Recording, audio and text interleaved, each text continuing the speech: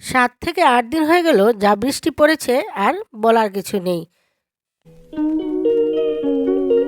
Hello friends, আমি কণিকা, শিলচর আসাম থেকে। আমি একজন গৃহিণী, তার সাথে content creator. Welcome to my daily blog. আমরা তো সচরাচর ডাল রান্না করেই থাকি, কিন্তু এক এক ধরনের ডালে এক এক ধরনের ফোড়ন পড়ে। আর ডাল যদি সঠিক ফোড়ন না হয় তাহলে ভালো লাগে না খেতে।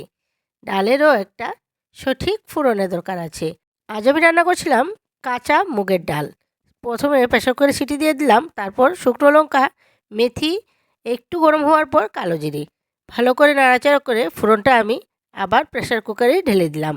আর ডালে দিয়েছিলাম আমি মূলো।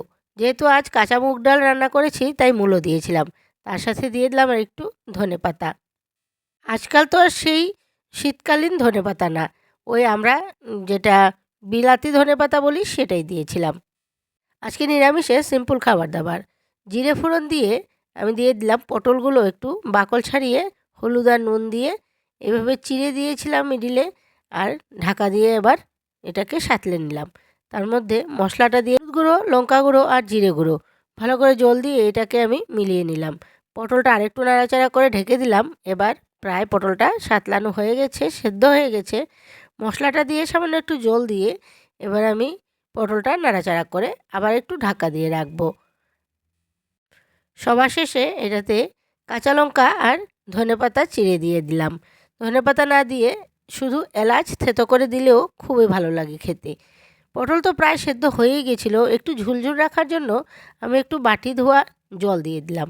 এদিকে বেসনের সাথে কালো জিরে, হলুদ গুঁড়ো আর নুন মেখে একটু জল দিয়ে আমি এটাকে একটা ব্যাটার তৈরি করলাম, যার জন্য আমি মিষ্টি কুমড় আর পটলগুলো ভাজা করব ডালের সাথে খাওয়ার জন্য।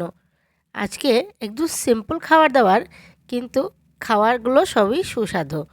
এই যে কুমড়ো ভাজাটা খেতে খুবই ভালো লাগে। বেসন দিয়ে এভাবে ডুবো তেলে ভাজলে এই ভাজার স্বাদটা একটু আলাদাই হয়। তোমরা কারা কারা এভাবে বেসন দিয়ে ডুবো তেলে ভেজে ভাজাগুলো পছন্দ করো আমাকে একটু কমেন্ট করে জানিও। আমি তো খুবই ভালোবাসি, আর আমার মেয়েরাও খুব ভালোবাসে। তাই ভাবলাম আজকে বৃষ্টির মধ্যে কি খাবো, কিছুই এত একটা মুখে রুচি উঠছে না, তাই এইভাবে ডাল আর ভাজা করলাম। ডালের সাথে যদি এইভাবে ভাজা হয় তাহলে আর কিসের দরকার। তারপর তো দুপুরে রান্নাবান্না শেষ, এবার লাঞ্চ নিয়ে বসেছি। দেখতে পাচ্ছ আমার লাঞ্চ থালি। আগে আমি একটু ভাজা খেয়ে নিলাম। সত্যি খুবই ভালো লাগে খেতে এভাবে ভাজা করে। তারপর কাঁচা মুগের ডাল আজ তাও মূলো দিয়ে একটু আলাদাই স্বাদ হয় এটার। অনেকে তো ডাল এতই পছন্দ করে যে ডাল দিয়েই সব ভাত খেয়ে নেয়, বা ডাল ছাড়া চলেই না। আমার বাবার বাড়িতে আমি ছোট থেকে বড় হয়েছি, আমরা এত ডাল খেতাম না। ডেইলি আমাদের ডাল হতো না, কিন্তু আমার শ্বশুরবাড়িতে আবার ডেইলি ডাল হবেই হবে। তাহলে আজকের বকবকটা আর বাড়ালাম না, এখানেই আজকের ভিডিওটা শেষ করলাম। তোমরা সবাই সুস্থ থাকবে, ভালো থাকবে। ফিরে আসবো আবার নতুন একটা ব্লগে। ততক্ষণ পর্যন্ত টাটা, বাই বাই।